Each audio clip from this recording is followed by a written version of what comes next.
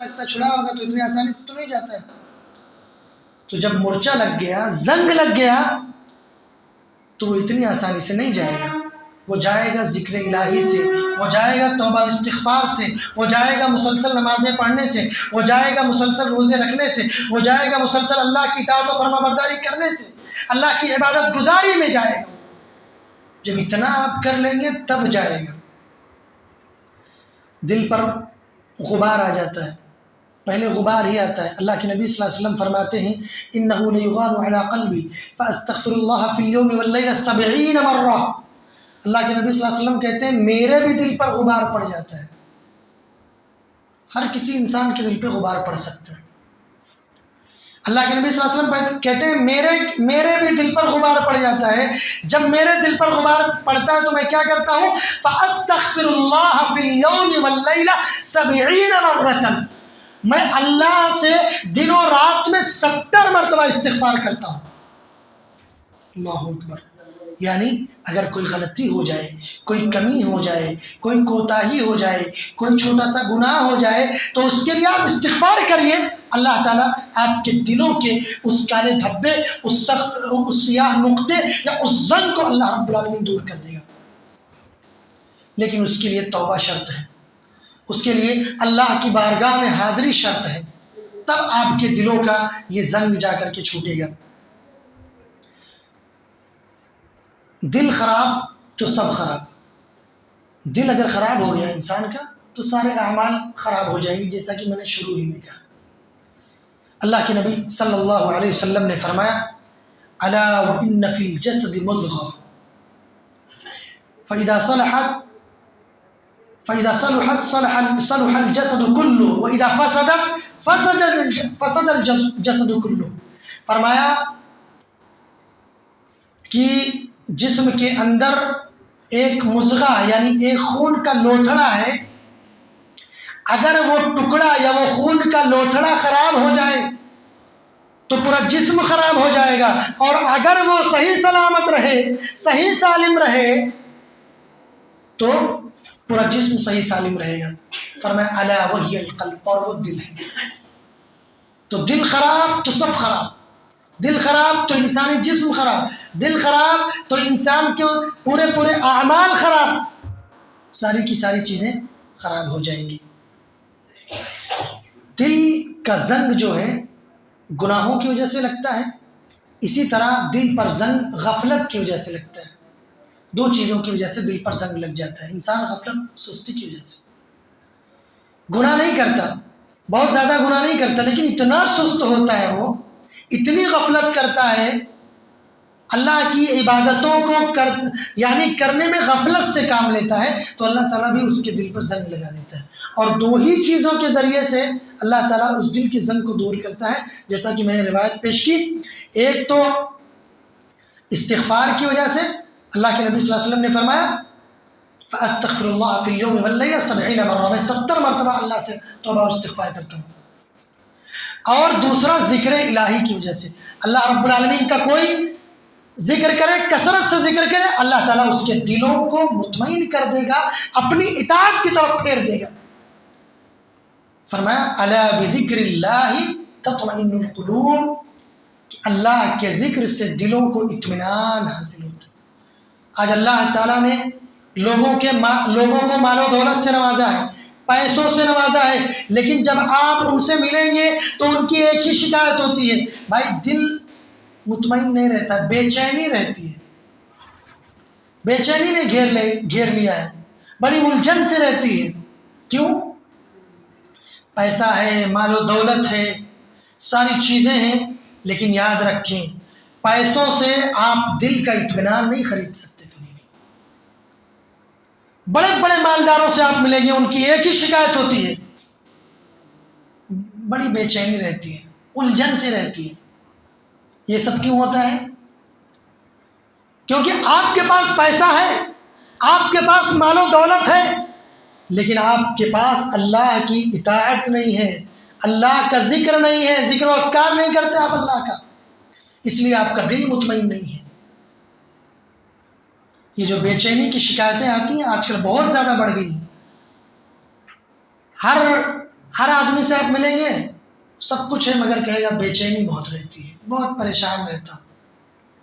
یہ سب اسی وجہ سے ہوتا ہے کہ آپ اللہ کا ذکر نہیں کر رہے ہیں۔ کثرت سے اللہ کا ذکر کیجئے، آپ کا دل مطمئن ہو جائے گا، دل کا اطمینان آپ کو لینا ہے، دل کا سکون آپ کو حاصل کرنا ہے۔ اللہ کے ذکر سے دلوں کو سکون حاصل ہوتا ہے، یہ قرآن مجید کہہ رہا ہے، یہ اللہ رب العالمین اپنی کتاب میں کہہ رہا ہے۔ اب جب اللہ کے ذکر سے، اللہ کی نماز سے، اللہ کی اطاعت و فرمانبرداری سے، ذکر الہی سے دل کو اطمینان حاصل ہوتا ہے، تو پھر ہمیں اللہ کا ذکر کرنا چاہیے۔ اسی طرح اللہ کے نبی صلی اللہ علیہ وسلم فرماتے ہیں ان هذه القلوب تصدأ كما يصدأ الحديد اذا اصابه الماء قالوا فما جلاؤها يا رسول الله قال كثرة ذكر الموت وتلاوة القرآن۔ دل کا زنگ، دل کی بیماری، بے چینی، اگر یہ دور کرنا ہے، اس کا علاج کرنا ہے، آپ دیکھیں گے بے چینی کے لیے، سکون حاصل کرنے کے لیے بڑے بڑے لوگ، بڑے بڑے مالدار لوگ کتنے پیسے خرچ کر دیتے ہیں، کہاں کہاں میں علاج کرواتے ہیں، دنیا میں علاج ڈھونڈ رہے ہیں، لیکن اللہ تعالیٰ نے جو فارمولہ بتایا ہے اس پر عمل نہیں کر رہے ہیں۔ اللہ کے نبی صلی اللہ علیہ وسلم نے فرمایا یہ جو دل ہے یہ زنگ آلود ہو جاتا ہے، جیسے کہ لوہا جب اس پر پانی پڑتا ہے تو زنگ آلود ہو جاتا ہے، اسی طرح یہ دل بھی زنگ آلود ہو جاتا ہے۔ تو صحابہ نے پوچھا فما جلاؤها یا رسول اللہ، اس دل کو منور کیسے کریں، اس زنگ آلودگی سے ختم کیسے کریں، دل کو صاف کیسے کریں؟ آپ نے فرمایا کثرت ذکر الموت و تلاوت القرآن۔ دل کی بے چینی اور دل کا جو سکون چھنا ہوا ہے، اگر اس کو مطمئن کرنا چاہتے ہو تو موت کو کثرت سے یاد کرو اور قرآن مجید کی تلاوت کرو۔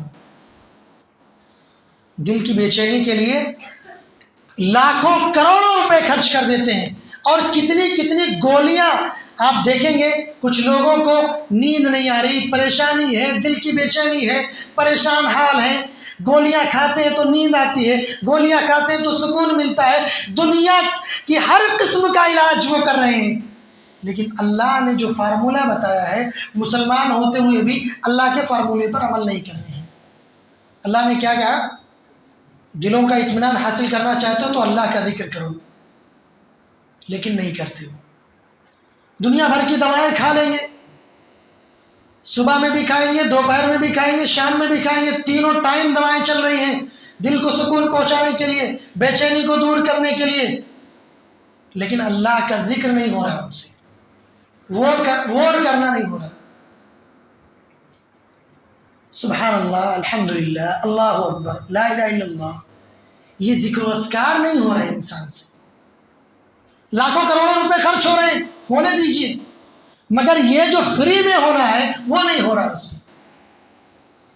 یاد رکھیے، اگر دل کو سکون پہنچانا ہے، دل کو مطمئن رکھنا ہے، اپنی دل کی بیماریوں کو ختم کرنا ہے، بے چینیوں کو ختم کرنا ہے، دنیاوی پریشانیوں کو ختم کرنا ہے، دنیاوی مشکلات کا، مصیبتوں کا سامنا کرنا ہے، تو اس کے لیے اللہ کا ذکر یہ ضروری ہے ہماری زندگی میں۔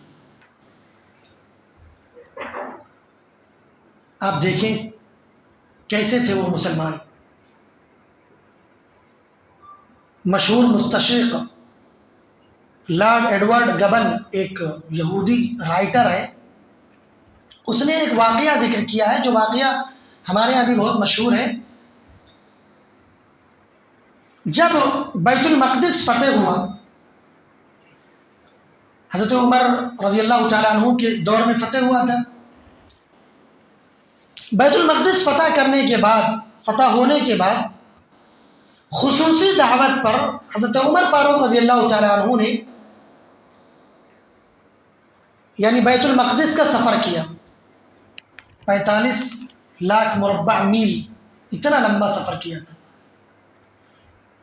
مدینہ میں رہ کر عمر فاروق رضی اللہ تعالیٰ عنہ کی توتی فلسطین میں بولتی تھی، بیت المقدس تک بولتی تھی۔ ان کی دور خلافت میں سب سے زیادہ فتوحات ہوئی ہیں اسلامی سلطنت میں، سب سے زیادہ فتوحات عمر بن الخطاب رضی اللہ تعالیٰ عنہ کے زمانے میں ہوئی ہیں۔ تو جب ان کو دعوت پیش کی گئی، انہوں نے جب سفر کا آغاز کیا تو اپنے غلام سے اس معاہدے پر کیا کہ کچھ دور تم بیٹھنا سواری پر، ہم لے کر چلیں گے نکیل پکڑ کر، اور کچھ دور ہم بیٹھیں گے تم لے کر چلنا۔ اس طرح سے ایک امیر المومنین، جو امیر المومنین ہے، پورے مسلمانوں کا خلیفہ ہے، اس کا عمل دیکھیے ایک اپنے نوکر کے ساتھ۔ پورا راستہ اس کے ہاتھ میں نکیل نہیں دیا، کہا کچھ دور تم بیٹھنا کچھ دور ہم بیٹھیں گے۔ بہرحال یہ قافلہ جب شہر میں داخل ہونے لگا تو وہاں کے یہودیوں نے، وہاں کے مشرکوں نے ایک پروپیگنڈا اختیار کیا، اپنی خاتون کو بغیر حجاب کے ننگی سر، یہ پروپیگنڈا اختیار کیا کہ ننگی سر سامنے کر دیا، وہ اپنے بالائی خانوں میں ننگی سر اور دلکش یعنی کہ مناظر سے مسلمانوں کی صفوں میں اضطراب پیدا کرنا چاہتی تھی، گویا کہ ان کے ایمان کا امتحان لینا چاہتی تھی، ان کو اپنی طرف مائل کرنا چاہتی تھی۔ یہ یہودیوں کا پروپیگنڈا تھا۔ بہرحال بشریت کا تقاضا یہ ہے کہ انسان شیطان کے بہکاوے میں آ کر پھسل جاتا ہے، تو کچھ لوگ یعنی اضطراب میں پڑ گئے، ادھر دیکھنے لگے، تو جو سپہ سالار تھے انہوں نے جا کر کے عمر بن الخطاب رضی اللہ تعالیٰ عنہ کو یہ واقعہ بتایا، یہ ماجرا بتایا کہ ایسا ایسا ہو رہا ہے اور ایسا ایسا ان کا پروپیگنڈا ہے، اور ہماری صفوں میں، صف اسلام میں، مسلمانوں کی صفوں میں اضطراب پیدا ہونے لگا ہے، لچک آنے لگی ہے۔ عمر بن الخطاب رضی اللہ تعالیٰ عنہ کا چہرہ سرخ ہو گیا، سخت غصے میں آئے اور فوراً پڑاؤ روکنے کا حکم دیا اور کہا کہ ان کو کہیے کہ فوراً رک جائیں۔ قافلہ وہیں پر رک گیا۔ عمر بن الخطاب رضی اللہ تعالیٰ عنہ ایک اونچی جگہ پر کھڑے ہو کر خطاب کیا اور صرف ایک آیت تلاوت کی، فرمایا قُلْ لِلْمُؤْمِنِينَ يَغُضُّوا مِنْ أَبْصَارِهِمْ وَيَحْفَظُوا فُرُوجَهُمْ، اے نبی آپ مومنوں سے کہہ دیجئے کہ وہ اپنی نگاہوں کو نیچی رکھیں اور اپنے شرمگاہ کی حفاظت کریں، اپنی نگاہوں کو نیچی رکھیں اور اپنے شرمگاہ کی حفاظت کریں۔ یہ خطاب عمر بن الخطاب رضی اللہ تعالیٰ عنہ نے کیا اور یہ تاریخی خطاب تھا۔ مورخین نے لکھا ہے عمر بن الخطاب رضی اللہ تعالیٰ عنہ کے اس خطاب کے بعد مسلمانوں نے اپنی نگاہوں کو اتنا نیچے کر لیا، ایسا لگتا تھا کہ ان کے سر پر چڑیا بیٹھی ہوئی ہے کہ وہ سروں کو اٹھائیں گے تو چڑیا اڑ جائے گی۔ اللہ اکبر۔ صرف ایک آیت کے ذریعے سے ان کا پورا پروپیگنڈا اور ان کی پوری سازش ناکام ہو گئی، صرف ایک آیت کے ٹکڑے کی وجہ سے۔ آپ دیکھیں ان کا ایمان کیسا تھا، صرف ایک آیت کی وجہ سے۔ اور ہم اور آپ لاکھوں قرآن مجید کی آیتیں سنتے ہیں، حدیثیں سنتے ہیں، حدیثوں کے بے شمار حدیثیں سن لیتے ہیں، بھرمار ہو جاتی ہیں، ایک ایک مجلس میں، ایک ایک خطبے میں کئی حدیثیں پڑھ جاتے ہیں، مگر ہمارے اعمال پہ کوئی فرق نہیں پڑتا، ہم جہاں کے وہیں ہیں۔ کیوں نہیں پڑتا؟ دل کی وجہ سے۔ دل ہمارا اللہ کی اطاعت کی طرف نہیں آ رہا۔ ہم قرآن مجید کی آیتیں سن رہے، اللہ کی وعید سن رہے، جہنم کے بیانات سن رہے، جنت کی نعمتوں کا تذکرہ سن رہے، لیکن دل گناہوں کی طرف لے کر جا رہا ہے، اس کی طرف نہیں لا رہا۔ اس لیے سب سے پہلے دل کی سلامتی کی دعا کیجیے، دل کو ثابت قدم رکھنے کی دعا کیجیے، اطاعت و فرمانبرداری پر گامزن رہنے کی دعا کیجیے۔ یہ واقعہ ذکر کرنے کے بعد یہ مورخ جو ایک مستشرق یہودی مورخ ہے، وہ لکھتا ہے کہ اگر مسلمان یہ تھے اور ان کے تقدس اور خوف خدا کا یہ عالم تھا تو میں کہوں گا کہ ایسے مثالی اور بے مثال انسانوں کے لیے یہ دنیائے آب و گل کافی نہیں ہے۔ بہت بڑی بات کہی اس نے کہ اگر مسلمانوں کے اندر خوف خدا کا یہ عالم تھا، قرآن مجید پر عمل کرنے کا یہ عالم تھا کہ ایک آیت کا ٹکڑا سنتے ہی سارے پروپیگنڈے، ساری سازشیں بیکار اور ناکام کر دیے، تو پھر ایسے مثالی مسلمانوں کے لیے یہ دنیا کی رنگینی، یہ دنیا کی آب و گل ان کے لیے کافی نہیں، ان کے لیے الگ دنیا کا انتظام کیا جائے جہاں پر وہ جیں اور بسیں۔ یہ مسلمان مورخ نہیں، یہ یہودی مورخ مسلمانوں کی تاریخ میں لکھ رہے ہیں کیسے مسلمان تھے۔ ایک ہم ہیں، ابھی اسی مجلس میں کئی حدیثیں سن لیے ہوں گے، کئی قرآن مجید کی آیتیں سن لیے ہوں گے، مگر ہمارا جو معاملہ ہے فجر میں غائب رہنے کا تو رہیں گے، مول صاحب کچھ بھی کہہ لیں ہم وہی کریں گے۔ مثال کے طور پہ خواتین میں، خواتین تو اب صرف بدنام ہے غیبت کے لیے، ہمارے مردوں میں بھی غیبتیں بہت زیادہ ہوگی، گناہ بہت زیادہ ہوگی، چغل خوری، غیبت، ادھر کا ادھر پھنسانا، یہ کرنا وہ کرنا۔ اتنی ساری آیتیں سن لیں گی، اتنی ساری دلیلیں سنیں گے آپ خواتین بھی، لیکن کہتے ہیں کہ فطرت جو ہے وہ ویسے ہی رہے گی۔ خواتین کے بارے میں کہا جاتا ہے کہ اگر دو چار خواتین ہیں اکٹھا اور اگر وہ کسی کی غیبت یا چغلی نہ کر رہی ہوں تو یہ دنیا کا سب سے بڑا جھوٹ ہے۔ مطلب وہ کریں گی، کرنا ہی ہے ان کو۔ ہاں، کیا دلیلیں نہیں سنتے ہیں آپ؟ کیا خواتین دلیلیں نہیں سنتی ہیں؟ قرآن مجید کی آیتیں نہیں سنتی ہیں؟ احادیث نہیں سنتی ہیں؟ وعظ و نصیحت نہیں سنتی ہیں؟ خطبے نہیں سنتی ہیں؟ تو پھر کہاں گیا ہمارا ایمان؟ کہاں گیا این سمعنا واطعنا کہ ہم نے سنا اور ہم نے اطاعت کی؟ اطاعت و فرما برداری کا پہلو کدھر چلا گیا؟ کہاں غائب ہو گیا؟ ہماری زندگی سے اطاعت و فرما برداری کا پہلو غائب ہو گیا۔ اس طریقے سے کیوں نہیں ہو رہا؟ دل میں کجروی ہے، دل گناہوں کی طرف مائل ہو چکا ہے، نیکیوں کی طرف آنا نہیں چاہتا۔ تو اس کے لیے دعا کریں، اللہ تعالیٰ سے دعا ہے اللہ تعالیٰ ہم تمام لوگوں کے دلوں کو دین پر ثابت قدم رکھ۔